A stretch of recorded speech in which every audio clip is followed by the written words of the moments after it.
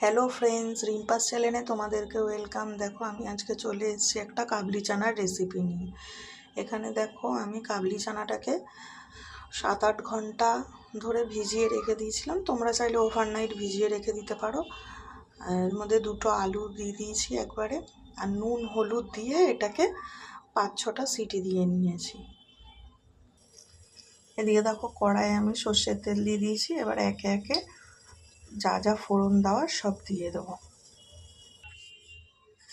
তেল খুব ভালো করে গরম করে নিয়েছি। এদিকে দেখো জোয়ান, গোলমরিচ, জিরে, তেজপাতা, গোটা গরম মশলা সব ফোড়ন দিয়ে দিচ্ছি।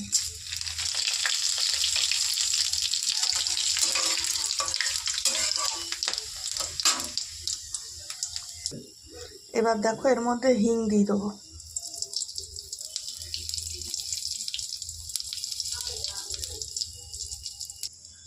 দেখো এবার দিয়ে দিচ্ছি এর মধ্যে পেঁয়াজ আর টমেটো বাটা।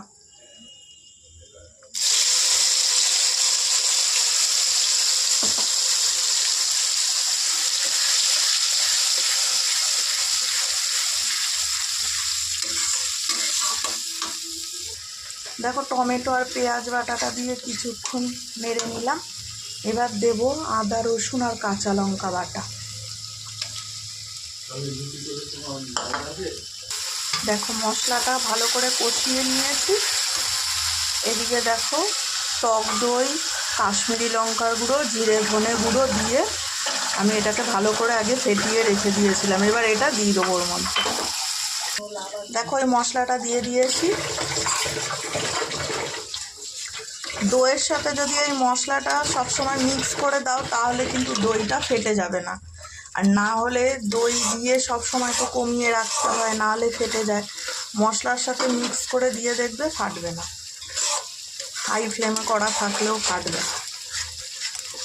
এবার ওই মশলা ধোয়া জলটা, বাটি ধোয়া জলটা দিয়ে দেবো। দেখো মশলাটা কিন্তু আমি খুব ভালো করে কষিয়ে নিয়েছি। এইবার আমি এই সেদ্ধ করা মটর আর আলুটা দিয়ে দেবো। আমি কিন্তু জলটা ফেলবো না, ওই জলটা সঙ্গে আমি এর মধ্যে দিয়ে দেবো।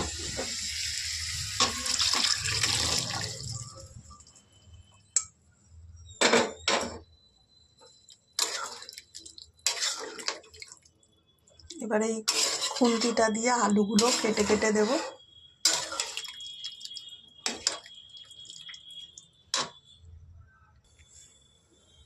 দেখো আমি প্রেশারটা ধুয়ে একটু জলও দিয়ে দিয়েছি এর মধ্যে। একটু ফুটে আসলে নুন, মিষ্টি, ঝাল সব কিছু ঠিকঠাক আছে নাকি দেখে নেবে। আর একটা জিনিস আমি স্কিপ করে গেছি, আমি কিন্তু এর মধ্যে সামান্য একটু চিনি অ্যাড করেছিলাম মশলাটা কষানোর সময়, তোমরাও একটু দিয়ে দেবে। চলো আসছি আর একটু পরে, এটা ফুটে উঠুক, নুন মিষ্টির ব্যালেন্সটা দেখে তারপরে আসছি। আমি ওটা চানাটা সেদ্ধ করার সময় আমি নুন দিয়েছিলাম, মধ্যেখানে তো আর মনে হয় দিইনি, আমার ঠিক খেয়াল করছে না, কিন্তু আমি চেক করে দেখলাম যে কম হয়েছে নুনটা সামান্য, তাই আমি আবার একটু দিয়ে দিলাম এর মধ্যে নুন। আমি এর মধ্যে একটু দেখো সানরাইজের চানা মশলাটা দিয়ে দিচ্ছি।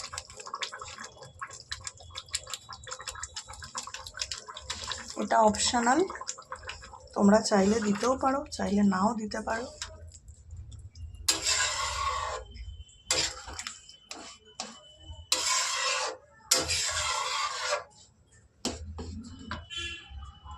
দেখো এতে একটু ধনে পাতা আর দিয়ে দিলাম কাসুরি মেথি। এবার কিছুক্ষণ এটা ঢেকে রেখে দেবো, তারপরে আসছি ফাইনাল লুক নিয়ে। দেখো আমি কিছুক্ষণ ঢেকে রেখে দিয়েছিলাম, এবার চলে এসেছি ফাইনাল লুক নিয়ে।